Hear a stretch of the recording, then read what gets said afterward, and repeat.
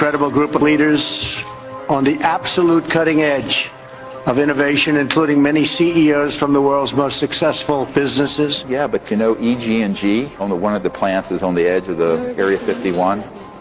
They're the ones manufacturing the implants that you're taking out of these abduction victims. You know, you don't need an RF frequency plant chip to track anybody. They're not coming from outer space. They don't need that. If you're interstellar, you're transdimensional because their technologies are way beyond that. I said, this is human. Project Bluebeam at one time or another. Now, for those of you that don't know what Project Bluebeam is, it is a military project working with the hidden hand, the dark government, the deep state, the elites, whatever you want to call them, where they will use holographic projectors along with voice-to-skull technology. When you're so tied into these technologies, you're not really seeing what's going on in the real world. All the things that are going on today, like surveillance, hacking of phones. The intelligence community, what I discovered was amazing. There has been a plan in existence since about 1917 to create an artificial extraterrestrial threat to this Earth in order to create a one-world totalitarian socialist government. Of Project Bluebeam. Project Bluebeam is a top-secret operation of the National Aeronautics and Space Administration, NASA for short, of the United States of America. Project Bluebeam is divided into 4 steps.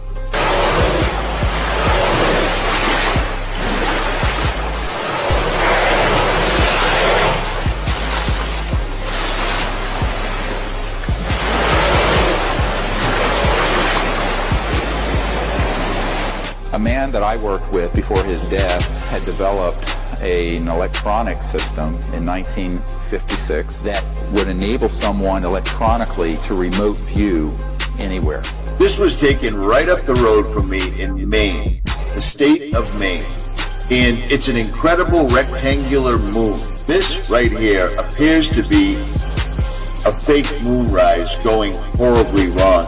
That is not a round rock in the sky. And just monitoring you through your laptop, all of this kind of thing.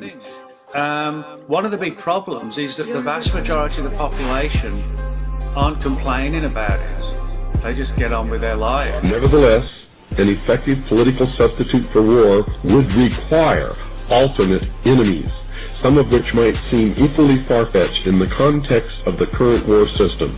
It may be, for instance, that gross pollution of the environment can eventually replace the possibility of mass destruction by nuclear weapons as the principal substitute for war. I'll come outside to look at this because it looks like a sunray at sunset. The sun's already set, so I'm thinking it's just an unusual sunray. And they were developed decades ago. Now, how hard is it to deploy them? Not hard. And they're not used every day. They're used enough to create a groundswell of conviction that there's an alien threat. So you take that capability, combine it with man-made UFOs, combine it with disinformation in general about the subject, and also certain chemicals, and you can launch an entire... Step 1. The first step in the NASA Bluebeam project concerns the breakdown of all archaeological knowledge.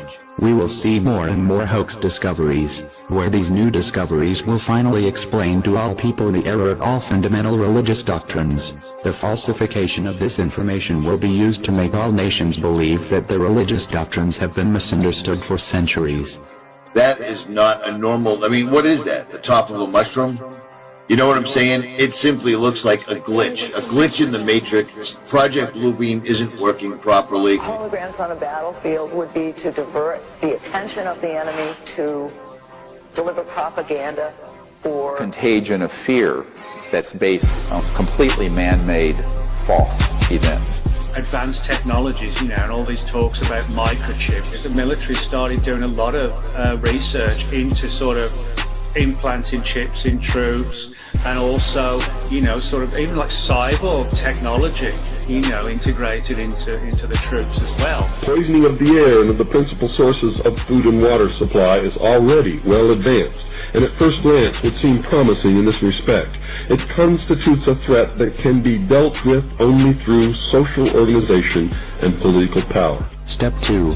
The second step is about creating a gigantic space light show with 3D holograms and sounds, laser projections of multiple holographic images. You'd think holograms are science fiction. Just Google 3D hologram on YouTube.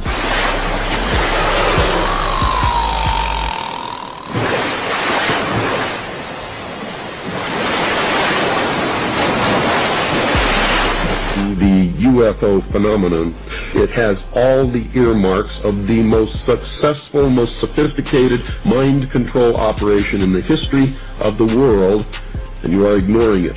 Step 3. The third step is a telepathic electronic two-way communication with extra low frequency, very low frequency, powerful waves which are able to reach everyone on Earth.